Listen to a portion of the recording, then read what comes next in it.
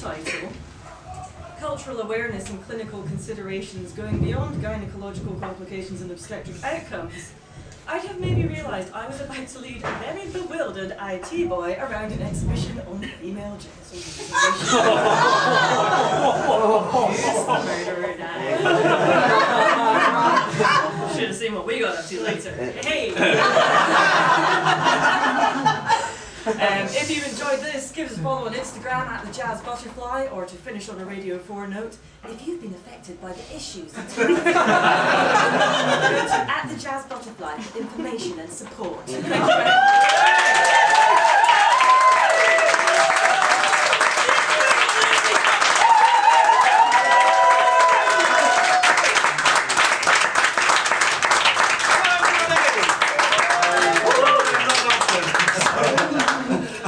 Simon, I'm a comedy magician. I'm from Exeter. That way, if you're wondering where the hell did he get him from, you don't know. So I'd like to whip this crowd into a frenzy first of all. 5 minutes of comedy magic. You'll feel a lot longer. We're going to split the room into this half, and this half. Okay. So this half, give me a cheer. Whee! This half. Whee! Lady at the back, if you just close your legs and pick it aside. Okay, look, we have got the big side. Would you like the big side or the little side? Big side. Big side. Would you like the little side or the little side? The little side. Right, I'm going to roll up the big side. Can I have a cheer for the big side? Getting a little bit sarcastic now. You're going to take a cheer for my little side. Don't worry, size isn't important. That's genetics. Okay, right, we're going to have a race. Are we ready for this? Okay, 3, 2. Are we all in? 3, 2, 1, go! Oh, it was a tie. That's a comedy bit. I thought I was showing my opening magic trick. Would you like to see my opener? Yeah. This. That's my opener. I've actually got. Who would like to win a prize? Yeah. I've been to the bar this afternoon, this evening, and I've got a drink. Okay. If someone can guess what kind of drink is in the bottle, is in the bag, they win that drink. Okay. Now I've made a list of 100 different drinks. I don't get out much, I've got no social life. Have we got anyone who's not drinking yet? Who would like a drink? No? Would you like a drink? What's your name, Ben? Ben. Ben, okay.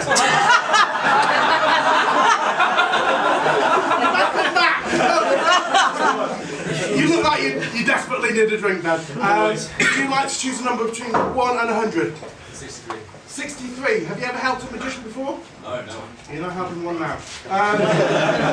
63, if I go to my notes page, I've got beverages now. Would you like to just go down the notes up and just have a look at all those drinks, make sure they're all different?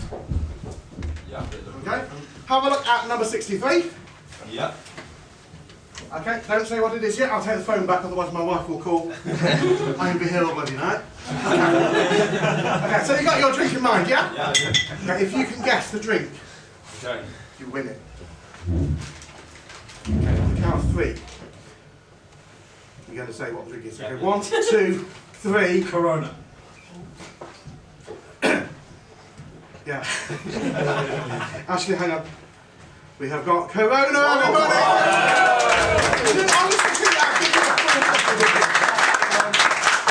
I'm going to show you a trick. Watch this. Would you like to see me make this disappear? Yeah. Completely disappear. Watch again, it gets better. It gets better. Watch. It comes back. Hello! Hello! I can't believe most people fall for this shit. They say welcome to Plymouth. But Ben, concentrate. You say Corona. You could have chosen any number. Yeah. Ben, this is just for you.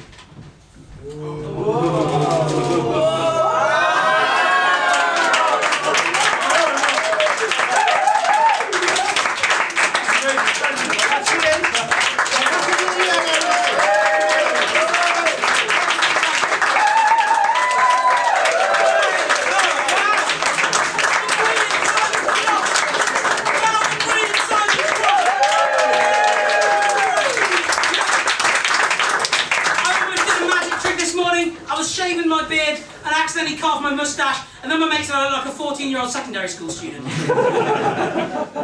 Yeah, not ideal, not ideal. Well, that joke went better in my head, didn't it? That's great, that's great. Are we ready for our next act?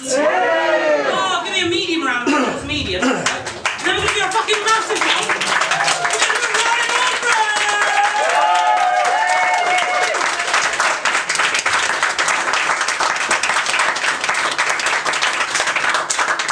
Fucking left it. I'll tell you what, like, genuinely, the PA's not working, I've left my notes at the front, my daughter had a meltdown before getting there, I feel like I've just had the day in the life of Liz Truss. So, you all enjoyed Christmas and New Year? Yeah! Recovered from it? Yeah. I'll try not to be too loud then. See, I've not got a resolution about getting fit. I think I've already got the body of a Hollywood star and the face. The trouble is, the film is the prequel Years of Santa. I like to think I'm more of an impoverished dwarf, kind of like Gimli, but if he was on Universal Credit. So I'm very much in the I'm a very firm believer of Die Hard as a Christmas movie. You know, all the clues are there. It's set in December. There's Christmas tunes throughout. And John McClane will walk through broken glass barefooted just to get a night away from the kids. We got any parents in this evening? Hey. We got any people that aren't parents in this evening? Quite different energy level. So I think being a parent, it changes you. Like I was at the airport a little while ago. I saw a guy in one hand he was dragging his case, in the other he was dragging a toddler. And before I was an adult, I'd be like, really great parenting there. But then as I've become a dad, I've gone through my own series of meltdowns and tantrums. I just watched him going across the concourse, dragging his pink puffy unicorn of broken dreams, and yeah, I feel he broke. I feel it. So yeah, I'm a metalhead and a dad, so my worlds collided because on the one hand, every time my daughter answers back, I'm like, it's great to see you rebelling against authority. You stick it to the man, but also I'm your dad, and will you please put on your fucking dinosaur shoes? So my partner and I, we have quite different backgrounds growing up. I grew up quite poor and working class. My partner quite well off. So, but I found out, there's a lot of similarities. Like, I used to go around on the estates collecting all the hood ornaments. She did the same when she was growing up, although the cars tended to be attached. But you can just get away with a little bit more when you're richer. I've found, like, they do things that are socially unacceptable, but if they do it a bit classier, it seems to become acceptable. Like New Year's Day, I was over at the in-laws. And it's 10 AM, they're already cracking out the champagne and strawberries. And I'm like, okay, I'm not going to say anything, this is pretty cool. But I invite them over to mine and they get all judgy as soon as they come over for breakfast and I'm whacking out the Pop-Tarts and Lambrini. But I'm quite new to this, so I asked my partner if she could help me out. I was like, can you help me exploit some of my flaws? And she gave me a look as if to say, honey, you're perfect just the way you are for our impending divorce. But no, I think my comedy career is going a lot like my sex life at the moment. So I'm happy if I get to perform once a month. You'll be lucky if I last 5 minutes. And it's just that little bit weirder when you've got your friends at the back watching. So I was watching the news today and saw that the Prime Minister's finally announced that there's going to be a general election soon, and I'm quite ambivalent, because on the one hand, cannot wait to get rid of the fucking Tories, they're useless bunch of shite. But is Keir Starmer really the best we've got? Like, he was in a factory today, and he likes going around saying, I'm the son of a toolmaker, and you just look at him, and he sort of fits in a factory setting, not because he's a working guy, they always do that thing where they pretend they're like, I'm just common like you fucking squirts. He sort of blends into the factory and I realised, yeah, son of a toolmaker, yeah, your dad made one fucking spanner right there, didn't he? So anyway, coming to the end of my set already, but my New Year's resolution is actually to push myself more, get myself out there, and do more comedy. And this is an encouraging start. But I've also set up my own Instagram. Now I don't like to think of myself as vain, but there's another guy out there called Ryan Aldred. He lives in California. But he seems to, like, on his bio it says that he's an author, but he's yet to release his first book. Well, I forgot to bring my fucking tutu, but I'm a prima ballerina, I'm honest. But no, like, I think the only talent he's got is managing, whenever there's a new social media, he'll always be the first there to fucking grab the new name, so I'm always the second. So, you know, I don't like to think of myself as vain, but I've called myself the Ryan Aldred, and I'd like to be your help this evening to try and get more followers than this so-called author. So if you give us a like, give us a follow, and it's been great having some laughs with you this evening, guys. Cheers!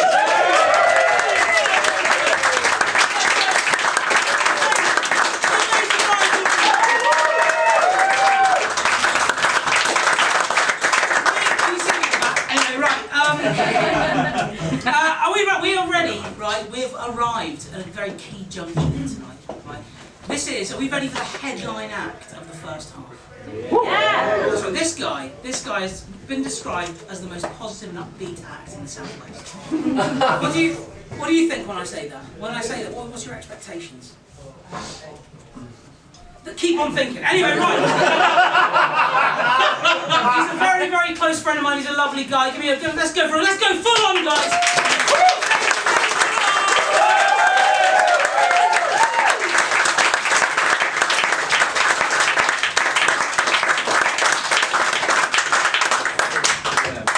Cool. How are we all doing? Are we good? Yeah! I just like to record on my set, so I'm just going to leave that there. This is a set entitled Shit I Wrote Over Christmas. Are we excited for that? Yeah! Okay, cool.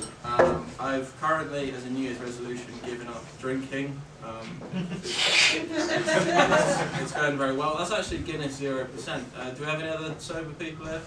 Yeah, hell yeah, have you got a Guinness 0%? Yeah, it's pretty good at it. It was my first Christmas where I've kind of been sober, and it's very strange.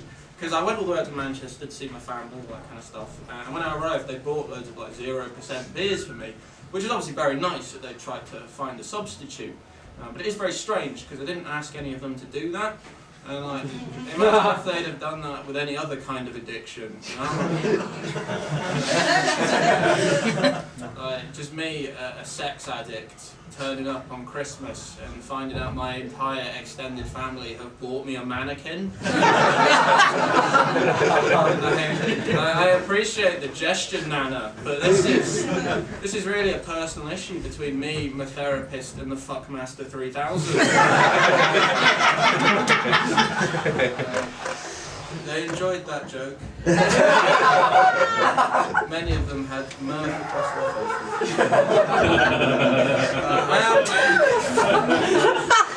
I am personally pretty fucking stoked for this year. I had a quite bad year last year.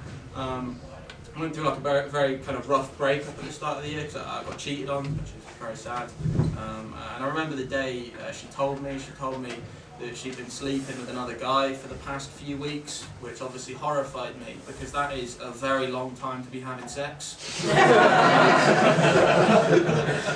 And I'm from Cornwall, I know coastal erosion, that dick is...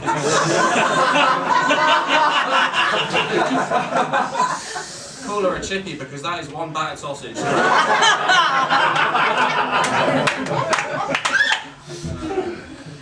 A few looks of disgusting. I think it's worth keeping. I appreciate I'm quite a stupid person.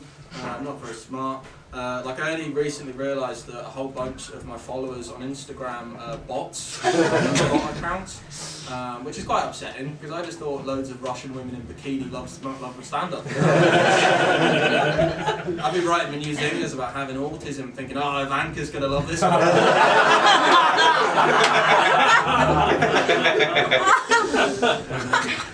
It's not real, guys.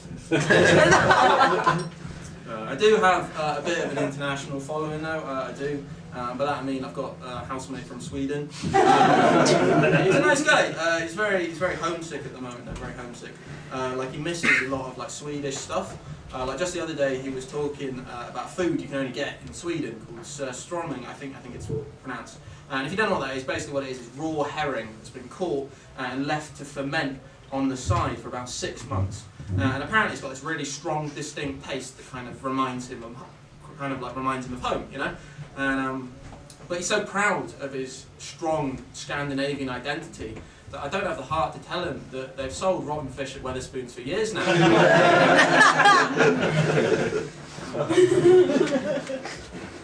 That one was kind of subpar. I think about that one. I like my housemates. I do. They got me some nice Christmas presents. One of them's like very into like witchcraft and that kind of stuff. And she got me a bunch of crystals for Christmas. One of them was like this little crystal. It's called a crystal of protection. Personally, I still prefer using condoms. Always good to have a backup. I've got a lot of friends. That wasn't a joke. How many friends do you think I have? 6. Would you think, how many friends? A few more. How many? 11. She's drastically overestimated.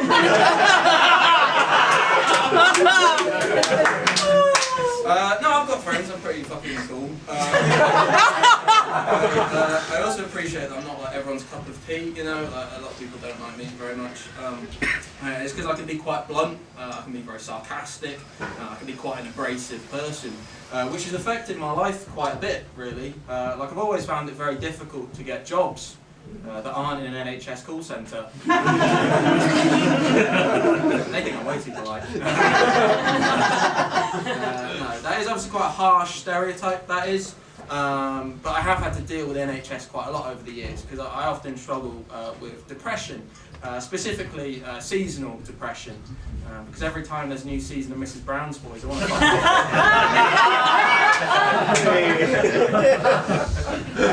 apparently it's quite a common thing. No, I don't think my seasonal depression is that bad, but I do have some friends that like proper struggle with it.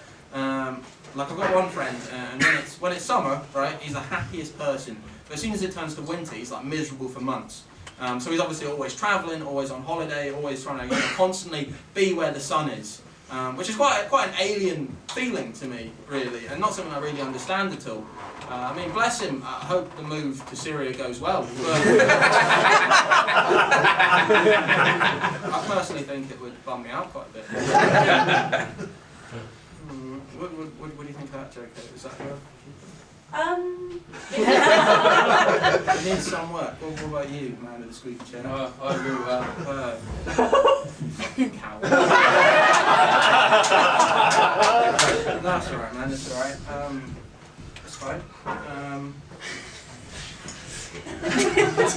My career's not going very well at the moment, guys. I'm going to be honest. Yeah, no, it's not. I'm in a basement with no microphone. It's not. I have a question. Can we get the magician to magic up a functioning microphone? Is that something? That's probably not how it works.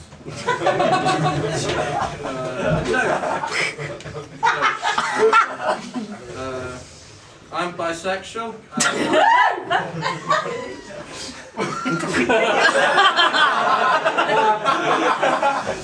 I mean, I'm not that bisexual. No, I'm quite bisexual. I'm so bisexual that when I'm watching porn, I'm homophobic.